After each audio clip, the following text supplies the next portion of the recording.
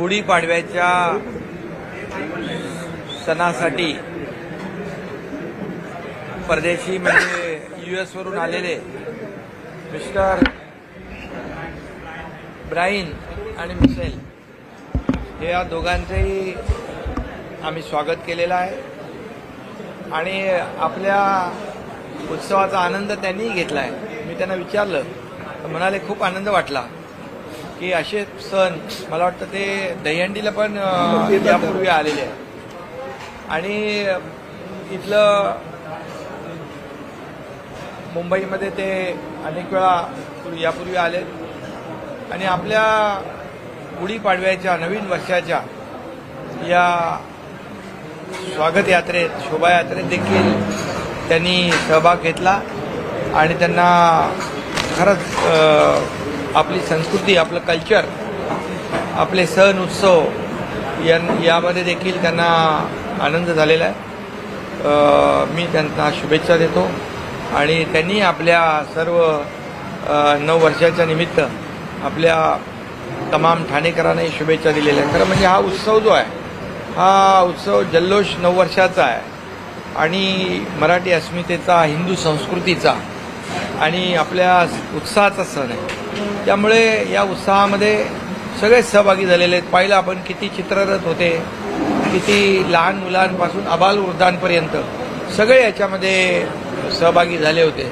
त्यामुळे नवीन वर्ष जे आहे आपलं पाडव्याचं, या पाडव्याच्या नवीन वर्षाला खूप महत्त्व आहे आणि म्हणूनच महाराष्ट्रात देशभरामध्ये हा पाडवा मोठ्या उत्साहात साजरा केला जातो आणि म्हणून मी आपल्याला मगाशी सांगितलं की अयोध्येमध्ये प्रभू रामचंद्रांनी विजयाची गुढी आज उभारली आणि म्हणजे विजयाची गुढी जी आहे उभारण्याचा हा कार्यक्रम आहे आणि आपल्याला माहीत आहे की आपल्या सरकारने देखील विजयाची गुढी 2-3 महिन्यापूर्वी उभारली आणि आता महाराष्ट्रामध्ये विकासाची गुढी, समृद्धीची गुढी, आमच्या लाडक्या बहिणींची, लाडक्या शेतकऱ्यांची, लाडक्या भावांची, सगळ्यांची ही गुढी आहे आणि एक समृद्धी आणि संकल्पनेची गुढी आहे। भविष्यामध्ये जे या राज्यासाठी आपल्याला विकासाचं पर्व आणतोय आपण किंवा 2.5 वर्षात आणलंय त्याला आणखी वेगाने पुढे न्यायचं आहे आणि म्हणून या आजच्या या दिवसाचं फार महत्त्व आहे आणि नवीन वर्षाच्या मी सगळ्यांनाच पुन्हा एकदा शुभेच्छा देतो। या आपल्या परदेशी पाहुण्यांना देखील शुभेच्छा देतो। त्यांच्याशी बोलल्यानंतर बऱ्याचशा काही ज्या चर्चेमधून अनेक गोष्टी आल्या आणि त्यामुळे त्यांनाही आपल्या महाराष्ट्रामध्ये इंटरेस्ट आहे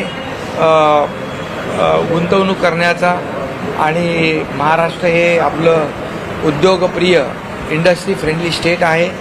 आज आपल्याकडे मोठ्या प्रमाणावर ह्यूज पोटेन्शियल आहे, चांगली कनेक्टिव्हिटी आहे, स्किल्ड मॅनपॉवर आहे। आपण आता इंडस्ट्रीला खूप मोठ्या प्रमाणावर रेड कार्पेट दिलेलं आहे, सिंगल विंडो क्लिअरन्स दिलं आहे। FDIमध्ये आपण फर्स्ट आहोत, स्टार्टअपमध्ये आपण फर्स्ट आहोत, GDPमध्ये फर्स्ट आपण आहोत आणि अर्थव्यवस्थेमध्ये देखील आपली स्थिती इतर राज्यांपेक्षा चांगली आहे। त्यामुळे अशा प्रकारच्या गुंतवणुकीत मोठ्या प्रमाणावर गुंतवणूक येतील आणि जे परदेशी गुंतवणूकदार आहेत ते इंटरेस्टेड का आहे कारण इथलं वातावरण चांगलं आहे। मी जेव्हा मुख्यमंत्री होतो दावोसला गेलो 7-8 लाख कोटीचं MOU साईन केले, 70 to 80% कन्व्हर्जन म्हणजे एक्झिक्युशन झालं। आता देवेंद्रजी गेले त्यावेळी 15 लाख कोटी, उदय सामंत आणि देवेंद्रजी गेले 15 लाख कोटीचे झाले आणि मोठ्या प्रमाणावर त्याचं एक्झिक्युशन पण होईल आणि लाखो लोकांना रोजगार मिळेल। हा एक महत्त्वाचा विषय म्हणजे आजच्या दिवशी पाडव्याच्या दिवशी देखील आम्ही काय विचार करतोय, सर्वसामान्य लोकांच्याबद्दल विचार करत असताना या राज्यातल्या तरुणांना काम मिळेल, हाताला काम मिळेल या बाबतीत देखील बसता बसता आमचं डिस्कशन झालं। त्यामुळे सगळ्यांनाच शुभेच्छा पुन्हा एकदा। पुणे त्यांना मिसळही आवडली, आपलं ठाणेही आवडलं आणि आपले फूड पण आवडले। त्यामुळे ठाणे हे कल्चरल शहर आहे, सांस्कृतिक शहर आहे। त्यामुळे ठाण्यामध्ये सगळं मिळतं। इथं सगळं कार्यक्रम पण होता, संस्कृती पण आहे आणि इथे खवय्ये पण आहेत, इथे चांगले टेस्टी पदार्थही आहेत आणि चांगले राजकारणी पण आहेत. दिघे साहेबांनी सुरू केलेले उत्सव ती परंपरा आजही सुरू आहे. मुंबईतला प्रत्येक गोविंदा, महाराष्ट्रातला प्रत्येक गोविंदा टेमी नाक्याला सलामी करतोय.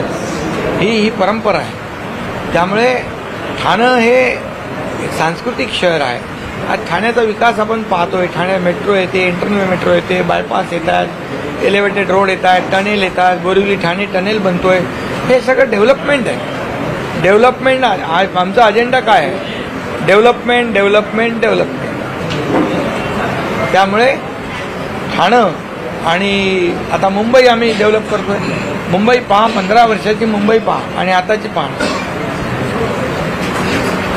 मुंबईमध्ये बदल झाला आहे. मोठं ट्रान्सफॉर्मेशन होत आहे. आज चांगले रस्ते होत आहेत. कोस्टल हायवे झाला, अटल सेतू झाला. आज मेट्रो होती आहे. बंद पडलेल्या मेट्रो आम्ही चालू केल्या, कारशेड सुरू केलं. आज मेट्रो 3 असेल, मेट्रो 2A असेल, मेट्रो 7 असेल. आता आम्ही यावर्षी 20 किलोमीटर मेट्रो चालू करतोय. पुढच्या वर्षी 50 किलोमीटर मेट्रो चालू करतोय. तिसऱ्या वर्षी पूर्ण मेट्रोचं नेटवर्क कंप्लीट करतोय.